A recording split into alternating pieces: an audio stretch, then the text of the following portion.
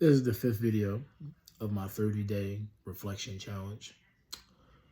The four other videos at the beginning, I explained the rules of the 30-day challenge. I'm going to explain it after this, at the end of the video. So if you want to hear the rules so bad, watch the beginning of the first four, or just read the description and it tells you how and what this 30-day challenge consists of. I ain't going to get into it till the end. I was going to talk about funerals in this video, but I'm actually not quite ready. I want to take some notes and do that in my next video, because it just wasn't there, and I didn't really know how to get my words like reasonably right, and I don't want to drag the video out, bore you, anybody who's listening and watching. I just want to have it straight and clear. But for this, I just want to talk about one of the things on my list is the curse of knowledge, the curse of awareness, just curses and things in general that you may feel like are curses at least, and the blessings that are behind these curses, underneath these curses, or the duality of blessings and curses. They go together. One thing that I always felt like, even now to this day, is the awareness, the knowledge of certain things. Knowing certain things so early, so young, hurts. It cripples you even. It even throws you off. Now, some of us been exposed to certain situations in this life that we shouldn't have had to. We shouldn't have had to feel certain ways so soon, be in certain places so soon, go through certain events, traumas so soon, but we do because it's just a part of life. And most of the time when these things happen to us, we always go, why me? Why, God? Yelling at the universe, stomping out the ground, just wondering, why me? Why does it have to happen to me? What do I get out of this? This sucks. And half the time, like I said, you feel like it's a curse. But as you grow, as you age, as you learn, mature, and you meet other people with similar or separate experiences, it makes you realize and wonder, maybe there was a meaning behind it. Maybe it isn't a curse, excuse me. Maybe it isn't a curse. Maybe, in fact, it is a course. Actually, maybe these things are courses that I'm going through to help me learn. This curse is something I need to navigate till I get to my blessing, till I get my blessing out of it. See how I flip that? Yeah. But that's cool, so corny. But thing is, like, for me, growing up, we had a lot going on in our family. We had a lot of people leave us early. We had a lot of arguments, a lot of distance, a lot of grief, a lot of depression, a lot of sadness, struggling, unsolved problems. And when you're a kid and you see these things, sometimes it's too much. I mentioned this in the video before, but this is different because it's like the state that it puts you in when you know too much, seen too much, been through too much too soon, you can't process anything. Anything. So one of my examples of why this is so is because, as I mentioned in the previous video before this, bullying, right? Bad enough I had to deal with that. But even before that even took place, and as that took place when I was in elementary, middle school, I already had stuff at home to deal with. The loneliness, the anger, the anxiety, the unnecessary stress, not worrying about when we going, what's the next meal, and things like that just happen. It wasn't all the time. It wasn't all the time. But just having that on your mind and having to think about these things too soon. It's different when you're an adult. You understand the concept of struggling and what you need to do to prevent yourself from struggling, what you need to do to not be sad, try not to at least, what you need to do to get over, grief, anger, jealousy. You learn these things as an adult and it's easier to process, but when it's planted on you so soon that you can't process it, it's shocking and it throws you off. Couldn't focus in school sometimes because I just had so many other things on my mind. Especially in high school, when I got to like 10th grade, 11th grade. I talked about this with my girlfriend before, and a couple of the bros, they always like, man, you remember this about high school? You still remember that? That was so long ago. Mind you, 6 years ago. We graduated about 6 years ago, right? 7 now. It's 2023 technically. Um, we always talk about stuff, and they'd be like, "Man, I don't remember that. I forgot. I can't remember." Me, I remember a lot of things, but at the same time, I remember small things that I probably really shouldn't even care about.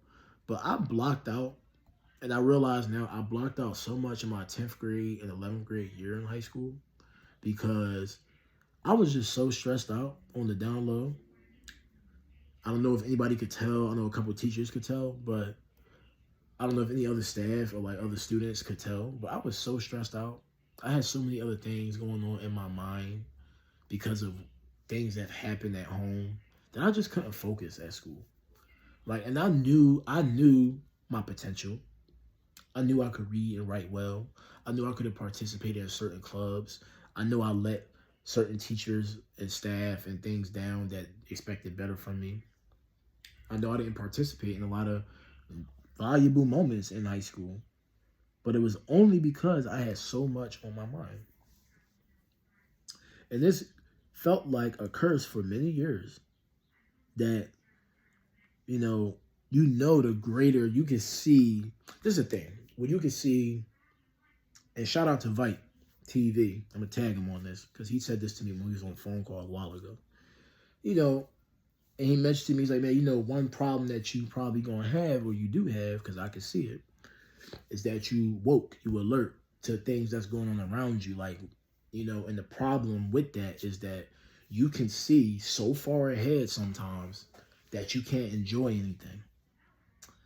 And boy, when you said that to me, right, just because I know you be watching my stuff, when you said that to me, man, that hit so bad because it's true. And I know we didn't really get to meet each other, but my aunt, Lady G, for many years. And you just spoke my majority of my life in that little phone call we had. And it's like, yo, I really couldn't get a lot of stuff done. And even now, it takes me so long to do stuff because I can see where stuff is and is going to go and what it's going to be like and how it's going to play out so many times over that it just shackles you, weighs you down. You don't get nowhere. And it's the number one reason why I procrastinate a lot.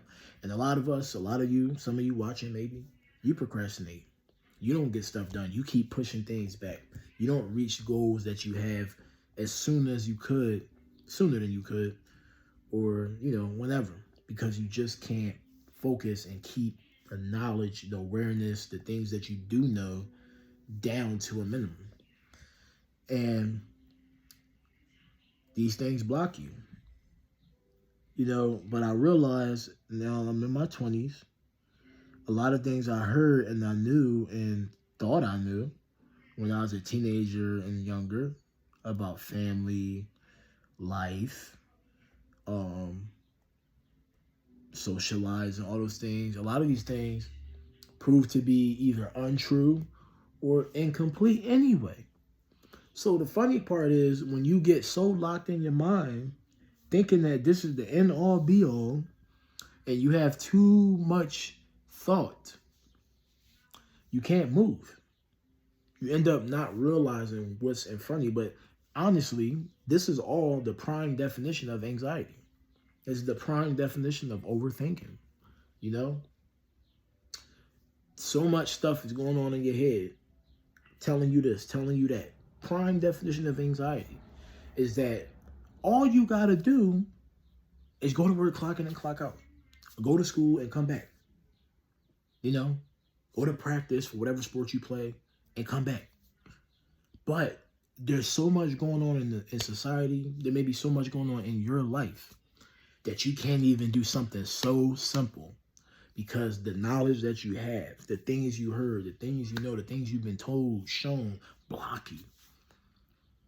Some of us have been or are in relationships that is so much going on that you don't have time for yourself. You don't have time to realize, my priorities aren't even straight. What I could have done, what I should have done, what I would have done. Oh boy, the list goes on, right? Because so many times your mind was just overran by things that either Wasn't even true probably, or things that could have been true, could be true, or are true, but you missed the whole point that you still got to do something. Indecisiveness, being indecisive is hard. But see, this is a sign of also intelligence. This is a sign that you care. This is a sign that you have great emotion inside of you. This is a sign that you might be different from people around you.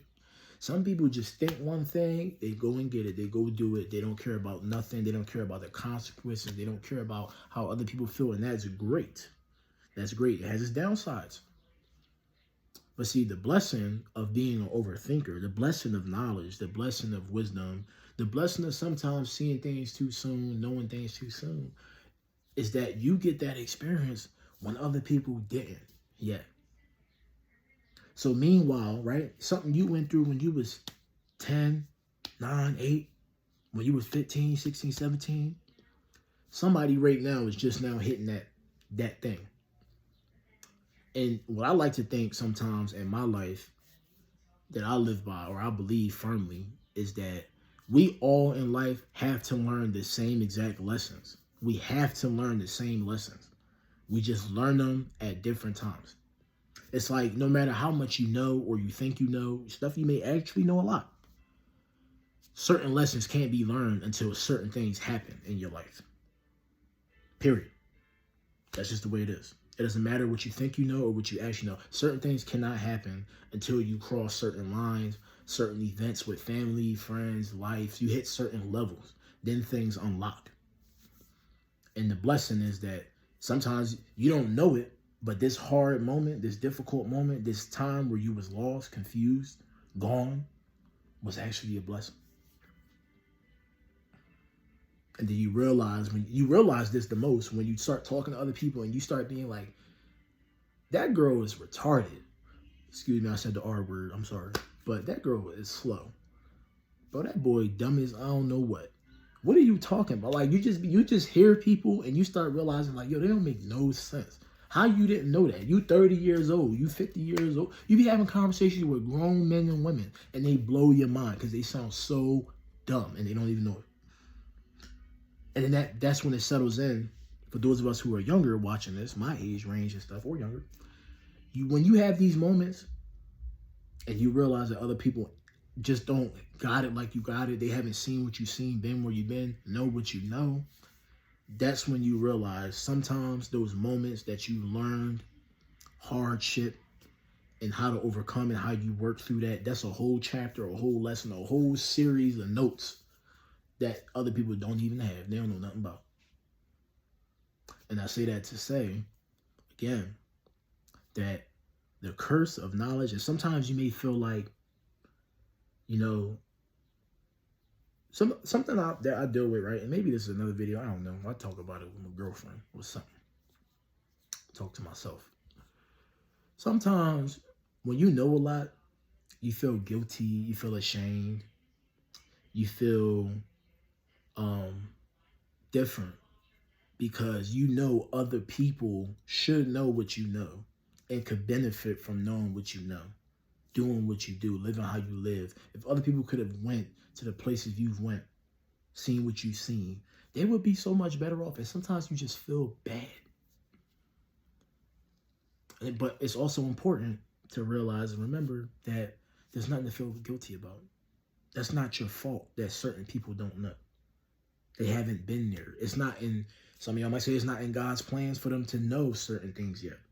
Or some of them just chose not to know and go down a certain path to acquire more knowledge, to be in a better position. And there's absolutely nothing you can do about that.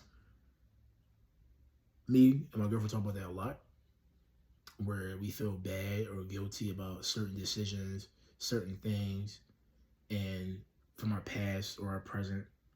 And we sit down and you realize like certain things you just couldn't do better. You just can't do anything about. Regardless of how guilty, how shameful, how bad you feel, the knowledge that you know better, but certain people can't do better. They just don't see it the way you see it. You tried to help. It's just there. And I wrap this up here because we're reaching 15 minutes.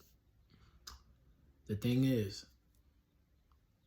that knowledge, you know, that's gifted to you because it's a gift. Knowledge is a gift.